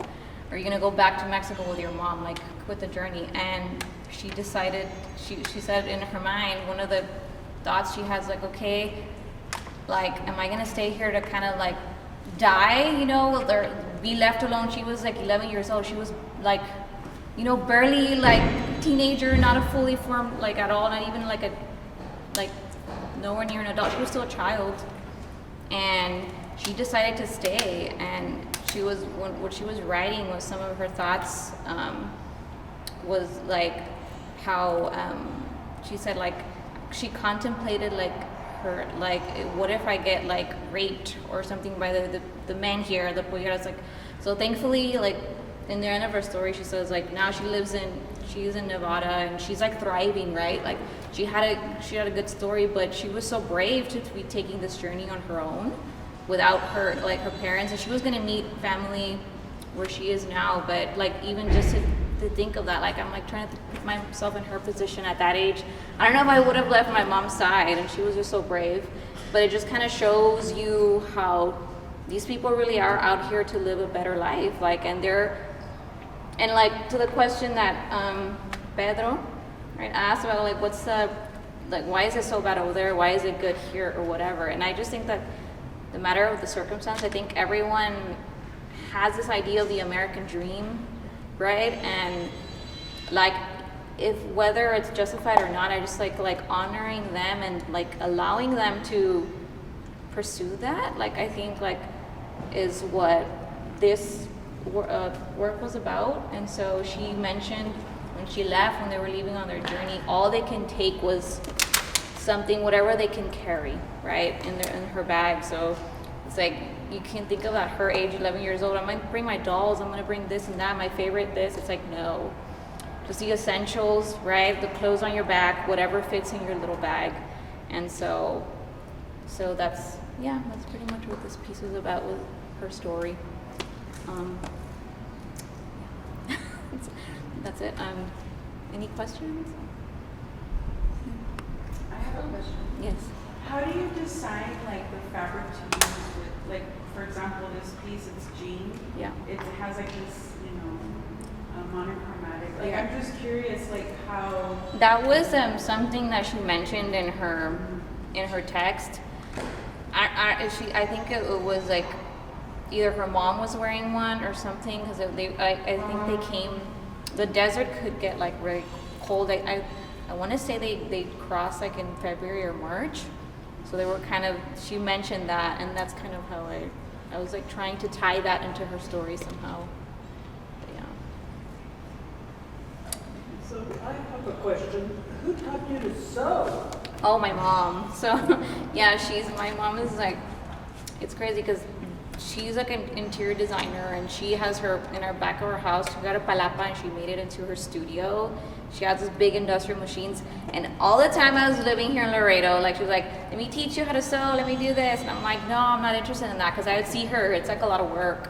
And when I went to San Antonio, I took her first little like cheap little sewing machine, and I taught myself. But then I went back and I'm like, okay, am I doing this right? So a lot of the pieces, like the big text piece over there, she helped me sew those. So yeah, for my mom. So I judged the show at TAMU, and that big text piece, I gave it some big award. I just think that's so incredible. And I wonder who taught you how to sew. But I love your shoes. Thank you. Thank you. I designed them. I know, Yeah. you told me. Do you ever think about like sort of the idea of quilting and sort of storytelling, the tradition of storytelling through quilts? Like Yeah, the so- sleeves and just southern quilts in general, how they tell the story. I And the was- patchwork of scraps. and Yeah. all that. That was like some of my beginning work, not quilting, but knitting. And I was using like, again, the pieces of what I did in one of my first solo shows at the Guadalupe was, I got all the t-shirts from the pacas and I cut it onto strips and I made them into like giant balls of yarn, and I was knitting with that. And those became text pieces where I was like spelling things on the wall. But it also was like back to like, I was thinking about women's work, how that's like this tradition of knitting. It's always been like the women's job or position. So that kind of also like, that's why I've been carrying on with like using like the clothing, like kind of layered with that as well. Yeah. I call my process multimedia paintings with transfers, because they have a variety of paints, which would be oil paint and latex paint and oil paint from the tube, and so even some pastels, and so it's a like a weaving of materials, and so throughout the years I've learned how to make it look like if it's one stroke, right? You see a typical oil painting, and it's all oil painting, right? And so, you know, I just thought, for me, I thought that was boring. And so I thought, I always thought, and then, back in 2005, there was an article written about my work, and this lady like really hit it, like, on a real profound level, because she said that my work was like the blood running through your veins and the bones, and so, and everything else that composes you as a human. And so I thought, okay, so my hands are skin. This is one texture. My nails are a different texture, right? They're, my teeth are a different texture. My hair. So that's how I view the work. That's how I approach it, as things being in contrast with everything, right? But yet again, it's one, right? At the end of the day. So that, when it comes to the materials, that's what the paintings, typically are. And then the transfers, well, I mean, the transfers, I like, doing the process, doing the process of transfers, because I never know exactly what to expect, right? I mean, when you transfer something, I mean, these happen to transfer very nicely, kind of completely, right? So I just painted around them, right? I covered the rest of the paper that was here. So I painted, I kind of singled them out. So these come from coloring books from my kids, and so if you look at them closely, you can see that there's color on them, and so the color is actually her coloring, what she colored, on the coloring book. And so again, a great surprise was when I was transferring these. Well, not these in particular, but I had done it before, right? But when I transferred these, I already knew that the crayon was also going to transfer. So that was like, my kid's hand is in the painting, right? It's actually literally a child, and a child drawing in there. And so the painting, at the end of the day, what I figured it was, and what I figured happened, I guess the subject, you can say, right? Or rewinding just a little bit, in my work, I always combine local, iconography, from my barrios, right? And, and in this case, it's a landscape. This is the bridge, right? So I typically combine our local stuff with mainstream media, right? Which is, of course, you can see here the Millennium Falcon from Star Wars, right? And so the Millennium Falcon here represents hope, right? And so it's flying over the bridge, and so it's kind of bringing hope to the situation with everything that goes along with the river, right? Whatever's going on both sides of the border, right? So the Millennium Falcon is bringing this hope to this area, which is the border area, right? So then you cross the river into Mexico. This is supposed to be Mexico. And so, if, over here you have all these abstraction, right? It's all abstract, right? And so the thing is that I realized that I hadn't been into Mexico for so long that it's already becoming this abstract idea, right? And so my kids have never crossed the border, right? And so unfortunately I haven't taken them over there because of my own fears, right? And so whatever that might be, right? So for them, it is completely abstract, right? And I told them, right, look, this is why this I made this, and this is why it's unrecognizable, right? It's beautiful, right? I mean, in my eye, it's beautiful. You got all these colors and a sweet cake here, a beautiful blue sky, right? And so it is a beautiful place, but it's already this abstraction for us, right? And so this is also Mexico, but it's sort of like right at the river, right? Right by the water. And I had to appropriate my Van Gogh, the love for Van Gogh with the brushstrokes. And then the river water it's always it always changes from like a green color depending on the sunlight and all this.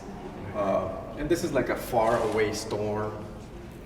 You got pixelated clouds again. What is it called? The mainstream media. Toy Story clouds. And then some more transfers back here. And if you look at it also, you know, you can see that there's, you know, like you can see the wood, right? Because that's why I used to work in canvas, and I used to, you know, tear the canvases all the time, and I'm like, yeah, I gotta use panels because they're sturdy, you know, and I can really dig into them, right? And so sometimes it's too much, right? And so I used to think I'm gonna paint in there, right? Because I don't want, you know, for that to be. But I said, no, you know, that's part of the painting, so I'm not gonna go back and, you know, try to fit it in. Sometimes I do, but you know, for other reasons. And so El Puente Nuevo, you know, it's a moment in time that hopefully we can look back and say, nah, that guy, you know, he's you know, that's not right, because everything is cool now, right? So, but you know, in my experience, you know, this is, and one of the reasons why I stopped going to Matamoros is because the last time we went to Garcia's restaurant, which is right across the border, and you know, my wife loves to collect the Talavera plates, and so we used to, you know, go to Garcia's and, you know, make the purchases for the plates. And one of those trips that we took over there, my wife and I, well, we parked under. They have a garage under the restaurant, and so when we parked and I opened the door, there was, you know, I don't know, about 7, 8 guys with machine guns, and they were all covered up, and that was like the first time I ever seen that, right? I had never seen that, and so they came up to the car, and, you know, they pulled me out. They said, you know, they wanted to check the car, and, you know, they pulled my wife aside, and the manager of the restaurant came out. You know, he said, don't worry, you know, everything's cool. So, you know, I trusted him, right? So I didn't get scared, you know. I wasn't scared. I didn't have anything, you know. But my wife did get scared. She, you know, women are, you know, my wife is sharp, you know. She's my leader, right? And so I follow her. So she got scared because she said, man, what if they would have put something in the car, you know? What if they would have said that, you know, you had something that wasn't yours, you know? And, you know, they would have taken you in, they would have taken me. And so I'm like, man, you know, you're right, you know. I mean, I didn't think about that, right? Anyway, that was my last experience going, you know, to Matamoros, and then shortly after that, you know, the shooting started and all this stuff. So it just kind of like, man, it just kind of, you know, went this way, and you know, I don't really pay attention to what's going on in the news, you know. I won't blame the news. I'm not gonna blame the news for the propaganda that they're creating, right? But it's out of my experience and what I can see and what I can hear, right? You know, the people with my raza there in Brownsville, and I mean, a lot of people still go over there, right? I mean, they're cool, you know, you know, everything's fine, you know. But that's me personally, right? That's just my personal take on it. So, but you know, the Millennium Falcon, you know, when I was 5 years old, that's one of the only things that I remember, you know, when I was a kid, going and watching Star Wars, you know. And so it just stayed with me. It was this fantasy, you know, it was just this great story, you know, and it just kind of grew and grew and grew, and, you know. And so, you know, I appropriate, that's my excuse to put Star Wars in my paintings, right? Or whatever, you know, or whatever. And I think that, like, the offering of cookies, you know, and you know. Yeah, the pan dulce, right? It's my, you know, love for Mexico and respect. You know, I don't mean any disrespect by this, right? It's just my experience, and so it also represents the and this just occurred to me yesterday out of a conversation. You know, it also represents the what is it? Don't forget to be, you know, let's not forget to be compassionate, right? You know. Either you can't help or you can help the immigrants. You know, let's be compassionate about what they go through, right? When they cross to another country, even if, you know, if it's another country, not only here, right? You know, any border, around the world, right? And so my colors are always bright because you know, I think that it's because it's always bright outside. You know, it's never, you know, very rare that we have 2 weeks that are just gray, you know. It's always bright, you know. And so, because I was trying to get away from it, I'm like, you know, my paintings are too bright, man. You know, I have to turn them around in the studio so I won't look at them, right? But then I accepted it, you know. I thought, oh, that's the way it is, man. I can't change it, you know. And so my paintings are going to be bright. So you might want to put on some sunglasses. Anyway, so, but yeah, Puente Nuevo. So yeah, any questions? I mean, you know, the materials. Uh-huh. You go by Barrio, so I'm curious when that started, and also like when what brought you to start using like pop culture imagery in your. Right. So Barrio Pop, my first Barrio Pop show was in 2021, and this was in McAllen. No, 2002. I'm sorry, 2002. I'm sorry. In McAllen, Texas, we had a buddy of mine, Alex. Patrick Alvarez. You know, he had also work that was. He doesn't make art anymore, but he was very attached also to the idea of the barrios and stuff like that. He had a screen door, you know, and so he painted the screen door, but it was an authentic screen door from like a little tiendita, you know. And so, you know, Barrio Pop was. I mean, it's just popular things that you know you see within the barrio. I see this show, all of it as Barrio Pop. You know, in my view, I see it all as Barrio Pop. You know, I mean the Casa de Cambios and that stuff. You know, when you see that, it pops up to you. As a matter of fact, I even thought about doing something with that, but I never got around to it. Right, the neon, all this neon stuff, the piñata, the drawing, the printmaking of the accordion player. I mean, the accordion music. That's like the sound of the border. You know, it's la música. You know? And so. You know, Barrio Pop also because it's Spanish and it's English, right? So it's also, you know, bilingual, right? And what was the other part of your question? And using like popular culture. Yeah, well, yeah, because I mean, you know, when I started making artwork, I had no idea who Picasso was or Andy Warhol or none of these. You know, I had no idea who all those artists were. Our singer Elida from the band, she's the one that gave me when she saw that I was starting to draw and stuff like that. She gave me a book of Picasso, and I'm like, I have a book, you know, you can have it, you know. So I'm like, wow, you know, okay, this is awesome. So Picasso was like really my first artist that I actually kind of, that was like the door to go into, everybody else, Diego Rivera, and you know, Van Gogh, and you know, Monet, and all the movements, right? I picked up from there. But you know, pop culture is just something that is like right outside my door, right? So before 9/11, I was making drawings and you know, little portraits of my wife and you know, just fruits and still lifes and stuff like that. But when 9/11 happened, that's when it really like was like, man, you know, what is going on outside, you know? And so it just, you know, it just kind of went there, you know. I just kind of started focusing on what was going on, you know, outside my own world, right?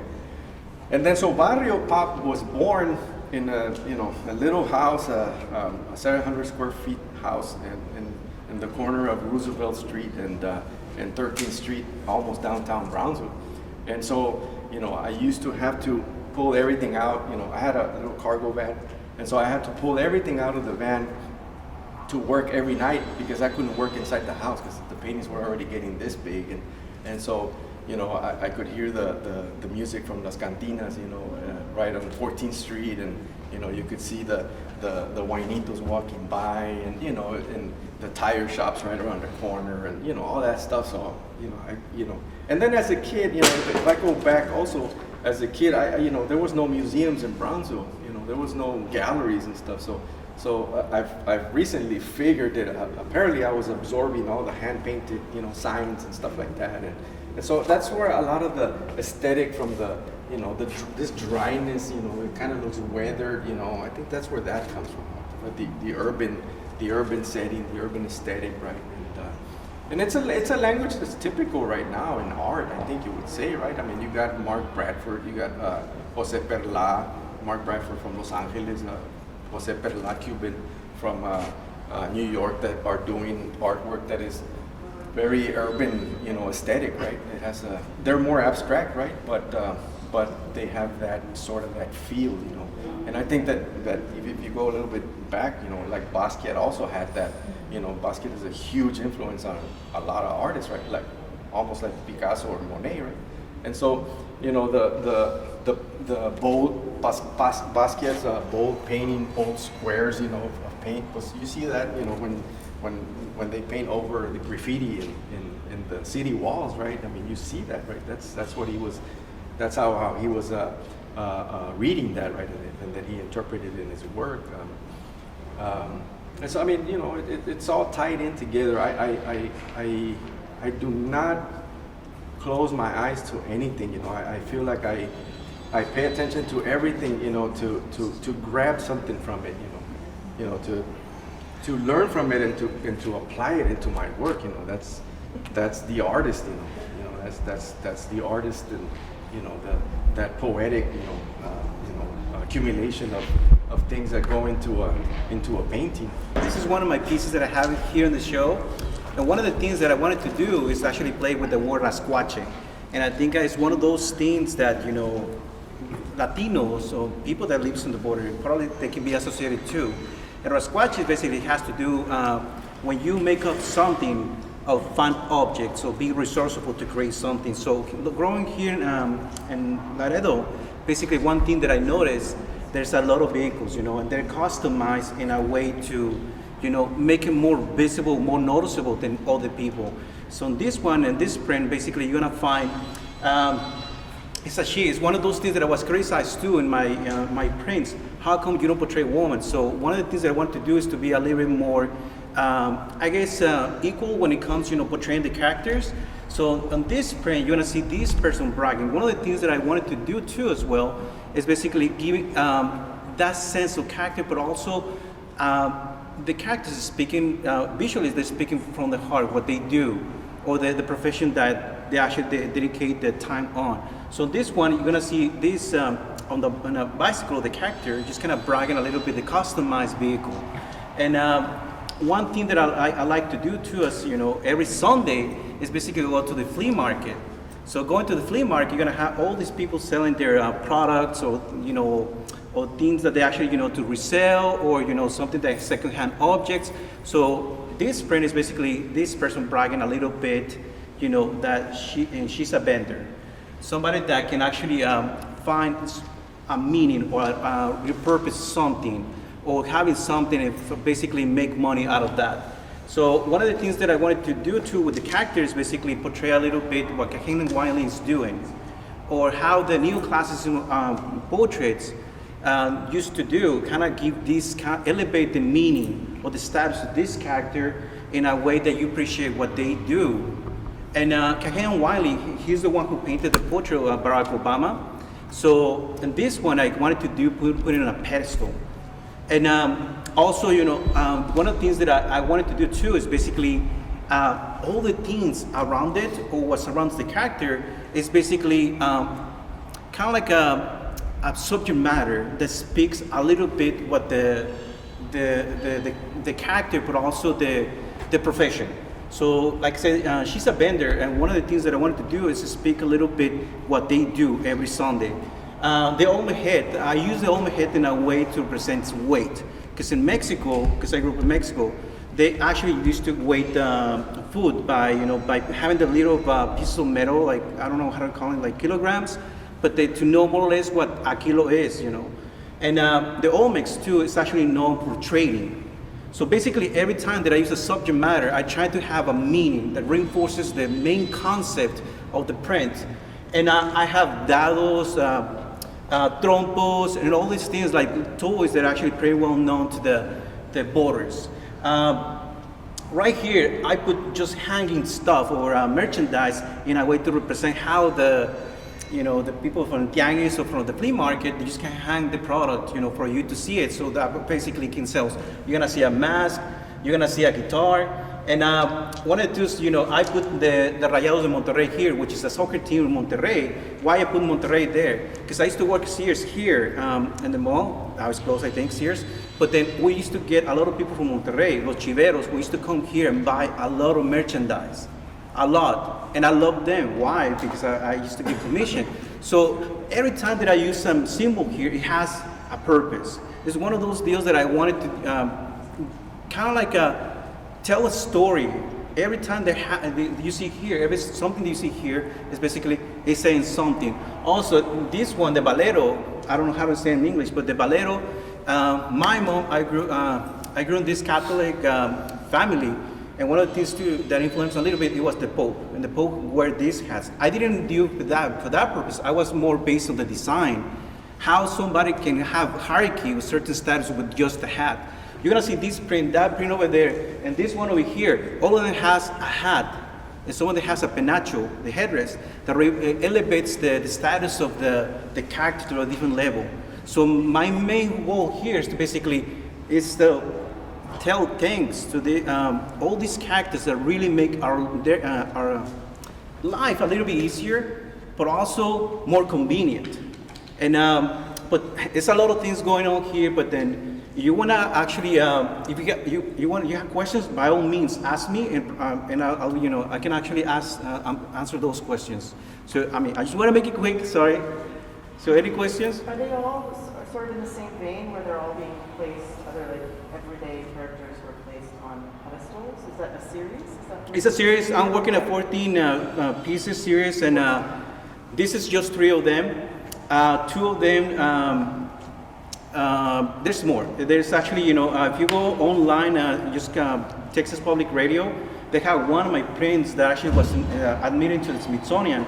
They did a story on that, and that was a quadriplegic. The quadriplegic basically is, I portrayed the character in a wheelchair, and why I did a quadriplegic, because he used to attach a lawnmower to the back of the wheelchair, and he used to push it. It was an electric wheelchair. And the way he was making money, just kind of cutting grass. He was from Brownsville, I think. And I mean, I saw a photo of the grass. It looks pretty bad. They had there's like a group of people doing this, but he went first, and then the other people just kind of finished it. But I want to speak a little bit about the effort that they actually make to survive every day, but also things that they need to actually use to survive. Respecting a little bit the word rasquache for survival. It's not so much for fashion, but I think it's more for survival, the statement that I wanted to make with these prints. They're really beautiful. I can almost see them like in a book, partnered with a writer to like write a poem about like each character or something. They're very like storybook-like. I'm working in a portfolio. It's going to be 14 prints in this portfolio. I'm gonna invite some historians to write the stories about the whole, suite of prints that I'm gonna do. But hopefully, that's a good idea. Probably something I can incorporate into that project. But yeah, it's something I wanted to do. Just saying that they're beautiful. They very much tell that story. Great. Thank you, Juan. Yeah, thank you. Well, I would like to thank everyone for coming, for your time. Reminder, tell your friends, whoever you can reach to, that the show is open until August 20th. And please follow us at the Center for the Arts on the website or Facebook, Instagram. Also the other Border Wall project, because there's going to be, like I said, workshops. There's going to be Instagram takeovers where the artist, like for example, Rigo Luna is going to log in through social media, and that way he invites you into his studio, maybe talk about his practice, something that we don't get to see when we see artwork. So it'll be, a little bit more personal. And let me see, what else? Anything else that I'm forgetting? Yeah, I don't want to prolong this more, but is it possible for you to say something about the 2 artists that are not here, their work? Okay, yes. Houses are beautiful. So one of them is Ruben Luna. He's from San Antonio, and his pieces have a lot to do. He uses a lot of neon and multimedia. He does all this kind of work. And let me see. So he has one piece here. I really like that other one where it's like this. The macana, and it says just chill, very fresh at the same time. The other artist is Jose Villalobos, and his pieces, one of his installations is the boots. He is going to have a performance at the end. We're going to have a closing event, and so we are going to invite him to perform. We don't know yet whether he's going to do the same performance that he did in the Pittsburgh show, but this is a recording that he then made at the Blanton Museum of the performance Lengua. but we are looking forward to having him perform here. And so his work are the boots, the one back there. I don't know, maybe I could talk. Do you want me to, I don't know if you guys want me to talk about their work, but I think it's just if they talk, once they get invited to the Instagram takeovers or the podcasts and these things that we have planned, you will get to hear firsthand from them. I don't think I would do them justice because they have so much to say, and but you know, it deals with, again, revolves around the border. Okay. Anything else? Any other questions? Last but not least, we have shirts, catalogs, and artist cards that you can purchase. That would definitely help us a lot in bringing these workshops and things like that to the center. And so, once again, thank you guys, and we look forward to see you again.